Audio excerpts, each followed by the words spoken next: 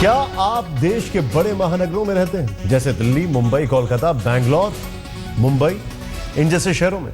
अगर ऐसा है तो अपने बच्चों के भविष्य को लेकर आपको अलर्ट हो जाना होगा, क्योंकि देश के तमाम महानगरों की हवा इतनी प्रदूषित हो चुकी है कि बच्चों के फेफड़े कमजोर हो रहे हैं। एक स्टडी के मुताबिक दिल्ली में सबसे ज्यादा 40% बच्चों के फेफड़े अच्छी स्थिति में नहीं है।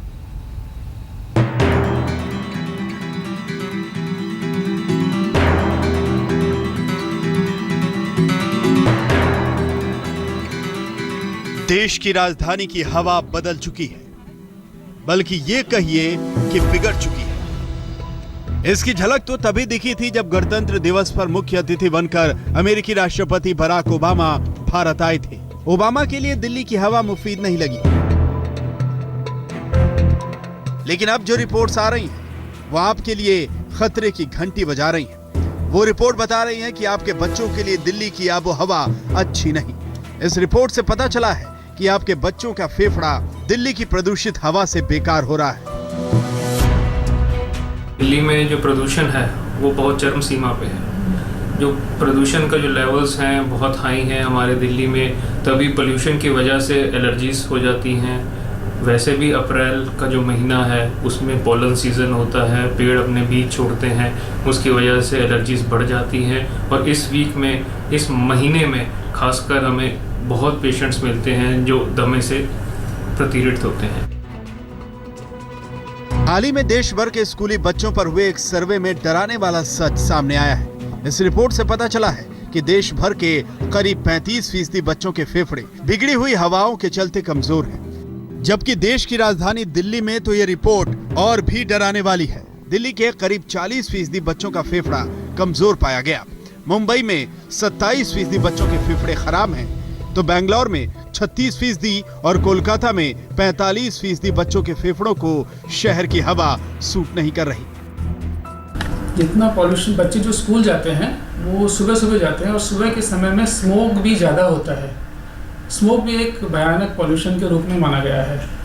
पॉल्यूशन, स्मोक पॉल्यूशन मिलकर के जो छोटे बच्चे होते हैं, खास करके जो 5 साल के बच्चे के आसपास होते हैं, ये सुबह सुबह जब जाते हैं तो इनका लंग्स डेवलपमेंट वीक हो जाता है और इन ग्रेजुअल प्रोसेस ये वीकनेस बढ़ती जाती है।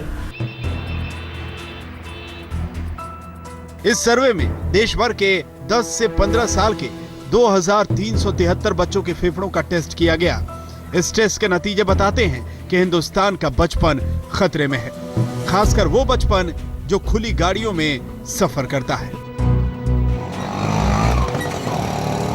इस सर्वे के मुताबिक बंद गाड़ियों की तुलना में खुली गाड़ियों में चलने वाले बच्चे धूल और हवा में मौजूद प्रदूषण से ज्यादा प्रभावित होते हैं। दिल्ली की बात करें तो जिन 40% बच्चों का फेफड़ा खराब है, उसमें से 92% बच्चे खुली गाड़ियों का इस्तेमाल करते हैं, जबकि 8% ही बंद गाड़ियों का। छोटे बच्चे को पोल्यूशन लेने से ग्रोथ में भी फर्क पड़ता है, साथ में उनकी लर्निंग कैपेसिटी भी कम होती है, साथ में उनकी इरिटेबिलिटी भी बढ़ जाती है। और ये देखा गया कि बड़े होकर के ये बच्चे रिलेटिवली दूसरे बच्चों से ज़्यादा गुस्सा करते हैं, इरिटेशन ज़्यादा होती है इन लोगों में।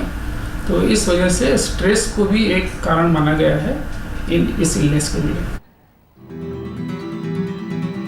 दरअसल डॉक्टरों ने जांच में ये जानना चाहा कि फेफड़े कितनी हवा को कंट्रोल करते हैं, फेफड़े से कितनी तेजी से हवा अंदर बाहर जाती आती है और कैसे फेफड़ा ऑक्सीजन को अंदर और कार्बन डाइऑक्साइड को बाहर निकालता है। जब बचपन में ही फेफड़े कमजोर पड़ जाएं, तो भविष्य सांस कैसे लेगा? आज तक ब्यूरो। यह अपने आप में हैरान कर देने वाली खबर है, क्योंकि ये जो जानकारी आ रही है उसके मुताबिक कुछ चीजें ऐसी हैं जो कि बहुत हैरान करती हैं। सीधे चलते हैं, हमारे साथ यहां पर हमारे खास मेहमान मौजूद है, doctor Ravi Malik, child specialist हैं, जिनसे हम बातचीत करेंगे। अब डॉक्टर मलिक, एक चीज समझना चाहता हूं, जब बच्चों को इतना खतरा है तो फिर पहला प्रिवेंशन और प्रिकॉशन क्या है? देखिए, सबसे पहली चीज़ तो ये है कि ये जो पोल्यूशन का खतरा है ये आज का नहीं है, धीरे धीरे बढ़ता जा रहा है। ये गत काफ़ी वर्षों से जो है ये पोल्यूशन की प्रॉब्लम चल रही है। इसमें अब 2 चीज़ें हो सकती हैं। पहली चीज़ तो ये है कि सरकारी तौर के ऊपर स्ट्रिक्ट लॉज बनने चाहिए जिससे कि ये पोल्यूशन कंट्रोल में आए, और दूसरी तरफ ये है कि जब तक ये पॉल्यूशन के लॉज पूरी पॉल्यूशन को कंट्रोल नहीं करते तब तक हमें प्रिकॉशंस लेनी बड़ी ज़रूरी है, खास करके बच्चों के लिए, क्योंकि ये पॉल्यूशन जो है ये काफ़ी ज़्यादा ना केवल फेफड़ों के ऊपर, मैं आपको ये भी बता दूं इवन कार्डियोवैस्कुलर सिस्टम के ऊपर, ये इवन कैंसर की भी उत्पत्ति कर सकते हैं और तमाम तरह के सेंट्रल नर्वस सिस्टम पे भी इफ़ेक्ट कर सकते हैं। तो इसके जो इफ़ेक्ट्स हैं वो पूरा स्पेक्ट्रम है, काफ़ी सारे बॉडी के एरियाज़ के ऊपर ये अफेक्ट करते हैं। तो सबसे इंपॉर्टेंट चीज़ ये है कि अभी अगर पॉल्यूशन की मात्रा इतनी ज़्यादा है, प्रिकॉशंस लेनी बड़ी ज़रूरी है। प्रिकॉशंस में बहुत कुछ हो सकता है। मास्क जबकि पूरी प्रिवेंशन नहीं कर सकते, लेकिन डेफिनेटली मास्क पहनने से कुछ हद तक पॉल्यूशन से बचा जा सकता है।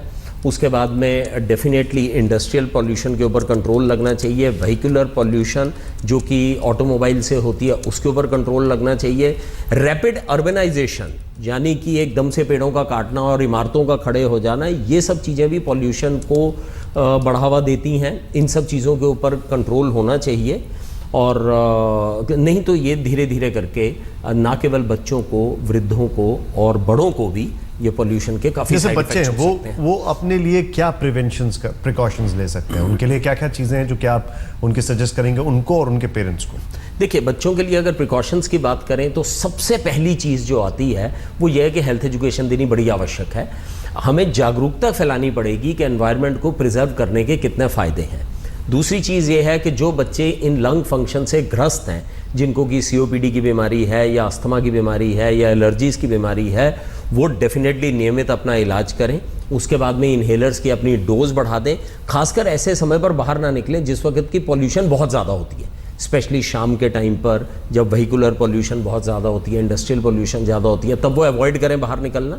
घर में भी अगर वो रहते हैं तो आजकल एंटी पॉल्यूटेंट कुछ मशीन्स आ गई हैं, मास्क का इस्तेमाल कर सकते हैं, ये सब चीज़ें कर सकते हैं। लेकिन इसका मेन जो रूट प्रॉब्लम है वो एड्रेस होनी बड़ी ज़रूरी है और रूट प्रॉब्लम के लिए उसमें सरकारी तंत्र को एक्टिव होना पड़ेगा, जिससे कि पॉल्यूशन की मात्रा जो है कम हो सकती है। एक चीज़ मैं आपसे समझना चाहूँगा कि एक WHO के सर्वे के मुताबिक कुछ बड़े शॉकिंग फैक्ट्स हमारे पास आ रहे हैं, मैं आपसे शेयर करना चाहूँगा। वो उसके मुताबिक तकरीबन 20 मोस्ट पॉल्यूटेड वर्ल्ड में जो सिटीज़ हैं उसमें से 13 तो भारत में ही हैं।